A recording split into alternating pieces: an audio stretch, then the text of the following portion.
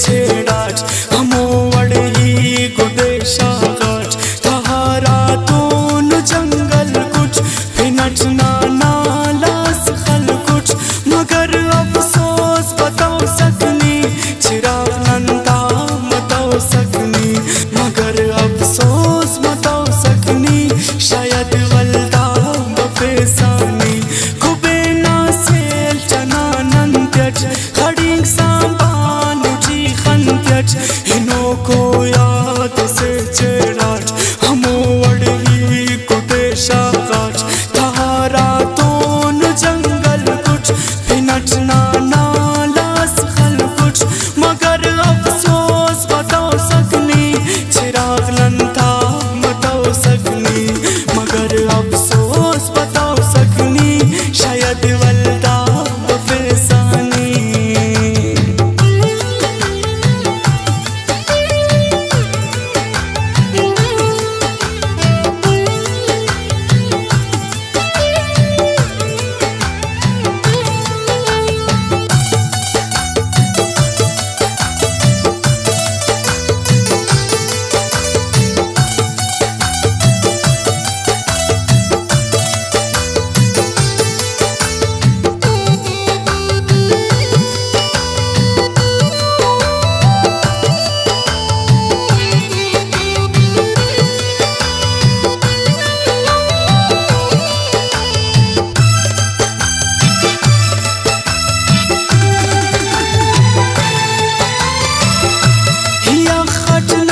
शबातुलो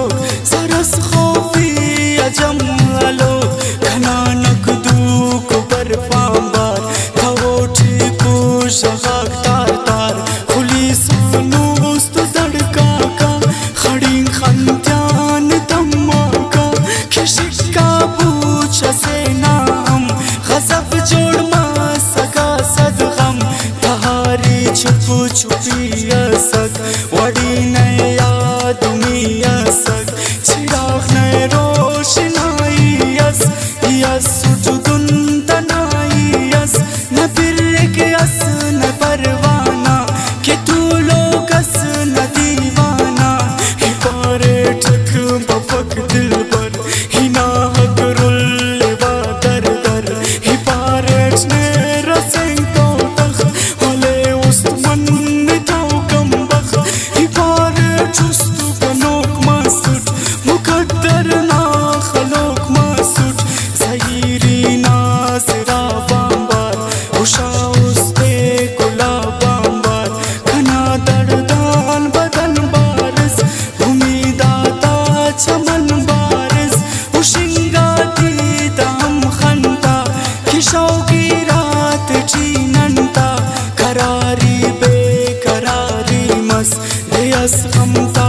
हवारी मस कना हार सिंदगा गुटो मसुर बिश्किंदगा गुटो शला बरसात ना गमता कि मस्ता साथ ना गमता कसते जिंदना गोआच खमो खुशी त्यान तमाच चढ़ा कंतो नया दाको दसुनिंगा निबादा को निकिस्मत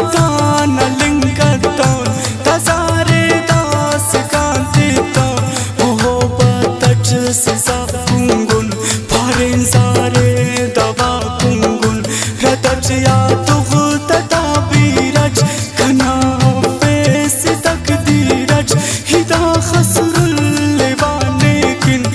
फुर्सत अफसरस कंकिन खड़ी किया कना दा खंग वले मशगूलियों ना खंग खना मस जिंदगी मातम नाड़ दे हई दसे अरदम खना दर्दात तो नर शाम निखशी तेज के सिन्नाम खना के नाक बेगाना नरंदच शार दीवाना हिरुल्यो नंद जी दर दर नितु बेतून कचारी कर पितापुर रे खना चोली नियम संतों करक चोली खने यार सिंदगा के दिल ने अंजीरा के पुल्ले दिल या التوجيه